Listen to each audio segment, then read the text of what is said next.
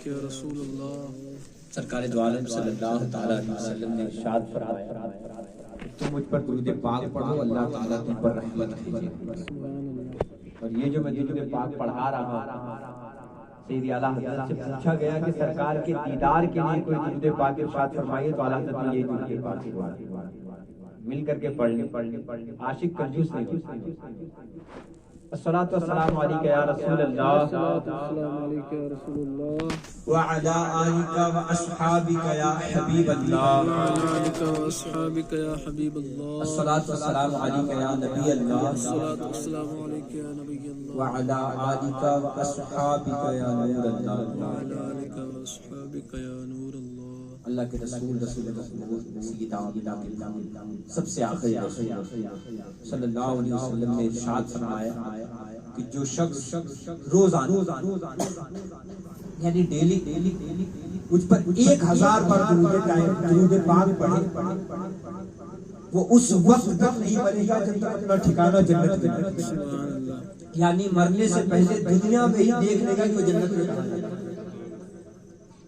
درود پاک پڑھیے اللہ صلی اللہ علیہ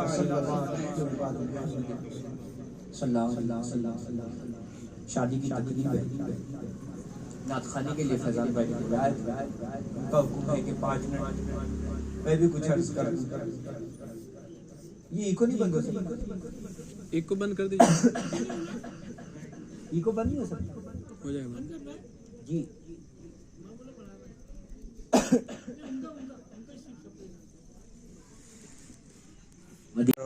کرسی توڑ تقریر ہوگی، ایسا کچھ بھی نہیں ہے، تو تم کو ایسا آتا ہے تو میں اس کو پسند کرتا ہوں، اٹس مائی چوائس۔ میں چاہتا ہوں کہ مسلمانوں کو کچھ سمجھا دیا ہے۔ آج جو سب سے زیادہ ضرورت ہے، میں اس سے پہلے پونا میں تھا، پونا کا جو سب سے بڑا مسلم علاقہ ہے کونڈوا کے نام سے، وہاں کے میں انسپیکٹر سے ملنے کے لیے گیا تھا، تو اس نے بتایا کہ مولانا صاحب ڈیلی کم سے کم 50 کیسز ڈومیسٹک وائلنس کے آتے ہیں، گھریلو جھگڑے۔ اس کی سب سے بڑی وجہ جانتے کیا ہے؟ اس کی نہیں، ہماری قوم میں موجود ساری خرابیوں کی سب سے بڑی وجہ ہے جہالت، علم کی کمی۔ اعلیٰ حضرت رضی اللہ تعالیٰ عنہ سے پوچھا گیا تھا کہ علم کیا ہے، تو اعلیٰ حضرت نے فرمایا کہ علم وہ نور ہے کہ جو چیز اس کے احاطے میں آ جائے اس کو روشن کرے۔ تو علم کی کمی جو ہے اس نے ہماری قوم کو یہاں تک پہنچایا۔ میں آپ کو بتاتا ہوں ہمارے اسلاف کیسے ہوا۔ شیخ کرمانی رحمۃ اللہ علیہ بادشاہ گزرے، بہت بڑے اللہ کے ولی، ان کی بیٹی جب جوان ہو گئی تو بہت سے بادشاہوں کے لڑکوں کے رشتے آئے، انہوں نے شادی نہیں کی۔ یہ اپنی بیٹی کے لیے رشتہ کہاں کھوج رہے تھے معلوم ہے؟ مسجد جا کر کے نمازیوں میں دیکھ رہے تھے کہ کون اچھے سے نماز پڑھتا ہے، وہاں رشتہ کھوجا۔ ایک دن کرمان کی جامع مسجد میں یہ پہنچے تو وہاں سب لوگ نماز پڑھ کر کے جا چکے تھے۔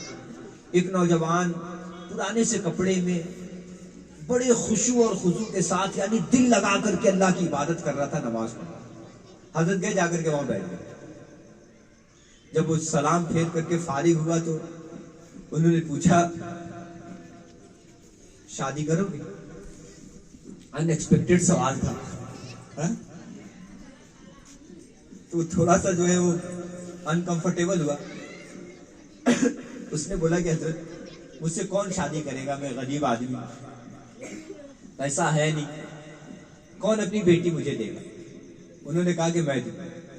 وہ شخص ان کو جانتا تھا، اس نے کہا حضرت کیوں مذاق کر رہے ہیں، کہاں شاہ کرمان اور کہاں میں غریب و نادار، آپ اپنی بیٹی کی شادی مجھ سے کیوں کریں؟ بولے میں بول رہا ہوں نا، میں کروں۔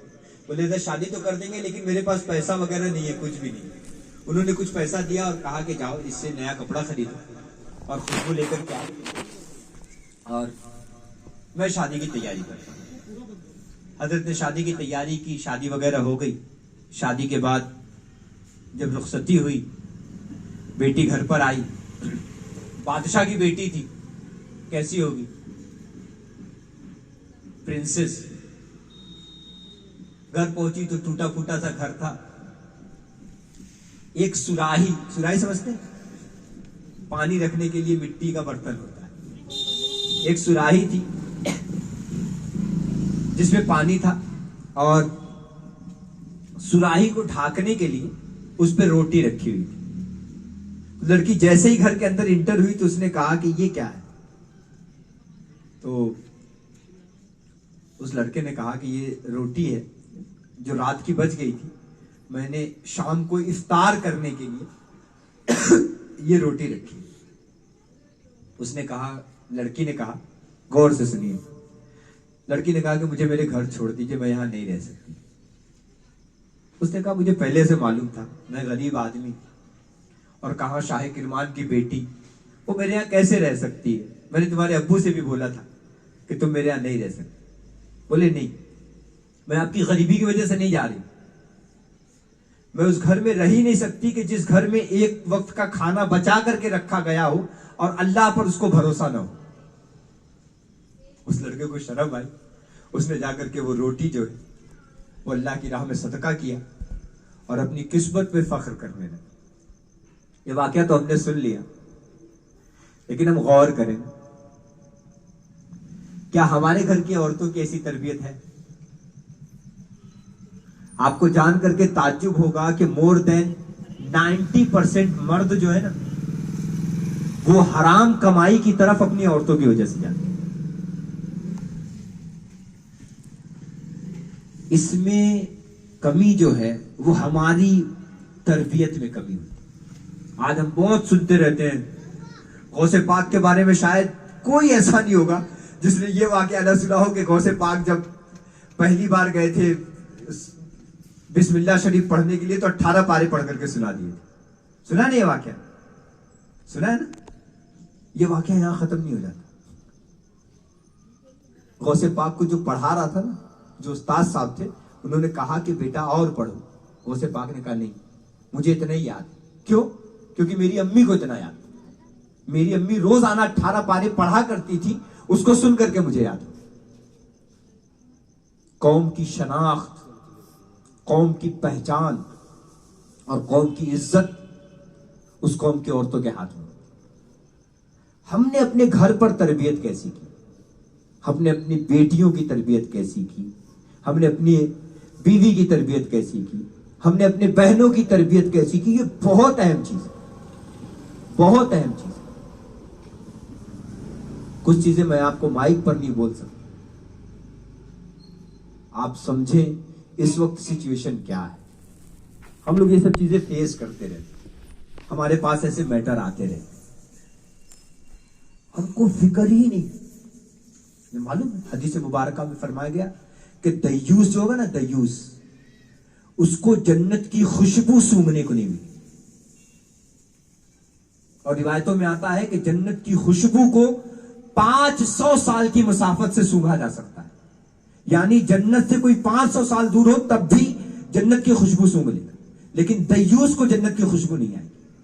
दयूस कौन होता है? जो अपनी बेटी, अपनी बीवी, अपनी बहन, अपनी मां, इन औरतों की बेहयाई पर उनसे राजी है। आज हम अपने ऊपर गौर करें, हमारे घरों में, मैं सिर्फ लड़कियों की बात नहीं कर रहा हूं, नौजवान लड़कों के हाथ में मोबाइल होता है। कभी आपने पूछा कि बेटा इतनी रात तक मोबाइल का क्या करते हो? नहीं, don't interfere in personal life. Personal life में इंटरफेयर नहीं करना चाहिए, ये इंटरफेयर नहीं, इट्स योर रिस्पॉन्सिबिलिटी। आप बाप हैं, आप बड़े भाई हैं, ये पर्सनल लाइफ में इंटरफेयर नहीं है। कल को ये कोई गलत काम कर लेगा, कल को ये गलत काम कर लेगी, आपकी भी बदनामी होगी। खुदारा इन सब चीजों को समझिए। आज हमारा मुआशरा, ये सब इस्लाम की शहजादियां हैं, ये सब हजरत फातिमा की कनीजाएं हैं। इनके पेट से कल हमारा फ्यूचर आना है। हम चाहते तो हैं कि बेटा हुसैन बन जाए, लेकिन क्या कभी ऐसी तरबियत की कि मां, हम में से हर दूसरा बंदा जो है वो कॉलेज गया ही नहीं? कैसे हम आगे बढ़ेंगे? जो कौम تعلیم سے پیچھے ہو جاتی ہے. शिक्षा जो है ना, ये सफलता का मूल कारण है. मुझे वो शेर याद आता है बार बार कि अफसोस कि वो कौम है तालीम में पीछे, जिस कौम का आगाज ही इकरा से हुआ है. यार तुम्हारे रब को जब आयत उतारनी हुई ना, तो सबसे पहले तुम्हारे रब ने जो आयत उतारी, उस आयत का नाम था इकरा. मतलब मालूम है क्या होता है? पढ़ो. सरकार दो आलम सल्लल्लाहु अलैहि वसल्लम ने इरशाद फरमाया, मुझे मुअल्लिमुल कायनात बना करके भेजा गया, टीचर ऑफ द वर्ल्ड, विश्व का अध्यापक बना करके भेजा गया. तुम्हारे रब को जब तुम्हारी हिदायत की वो हुई तो किताब उतारी. और कैसी किताब उतारी? कैसी अजीम किताब उतारी कि और किताबों के पीछे लिखा होता है ना, जब किताब खत्म होती है तो पीछे लिखा होता है इसमें किसी भी प्रकार की त्रुटि हो, कमी हो तो पब्लिशर से राबता करें, संपर्क करें. लेकिन ये वो किताब है कि इसकी पहली आयत में तुम्हारा रब फरमाता अलिफ लाम मीम ज़ालिकल किताब ला रैब फीह. गलती तो दूर की बात, इसमें शक भी नहीं. उसके बावजूद हम तालीम में पीछे हैं. एक मिसकॉन्सेप्ट बना हुआ है, उसको मैं क्लियर कर दूं आपको. हमें सबसे पहली मिसाइल बनाने वाला मुसलमान था. इतना सुनहरा इतिहास लेकर के हम बैठे हुए और खुश होते हैं, हमारे असलाफ ऐसे थे तो आबाद तुम्हारे ही, मगर तुम क्या हो? हाथ पर हाथ धरे मुंतजिर फरदा. दर से कुरान अगर हमने न भुलाया होता तो ये जमाना न जमाने ने दिखाया होता. वो मुअज्जज थे जमाने में मुसलमान होकर, और हम खार हुए तारिके कुरान होकर. जो कुछ भी है सब अपने ही हाथों की है करतूत. शिकवा है जमाने से न किस्मत का गिला है, देखे हैं ये दिन अपनी ही गफलत की बदौलत. सच है कि बुरे काम का अंजाम बुरा है. आपसे गुजारिश है बराए करम बराए मदीना, अगर आप ग्रेजुएशन आपने नहीं किया है तो अभी कीजिए. आलिम बनना चाहते हैं हमसे राब्ता कीजिए, हम आपको आलिम बनाएंगे. ग्रेजुएशन करना चाहते हैं उसके लिए भी राब्ता कीजिए, इंशाल्लाह हम ग्रेजुएशन तक आपको पढ़ाई करवा दें. लेकिन प्लीज आप पढ़ाई कीजिए, because you are a part of society. आप मुस्लिम सोसाइटी का हिस्सा हैं. तो पढ़ेंगे इंशाल्लाह. पढ़ेंगे, बोल दो दीजिए यार, हाँ या ना ही बोल दीजिए. नहीं पढ़ेंगे तो ना ही बोल दीजिए, हाँ या ना कुछ तो बोलिए. पढ़ेंगे इंशाल्लाह.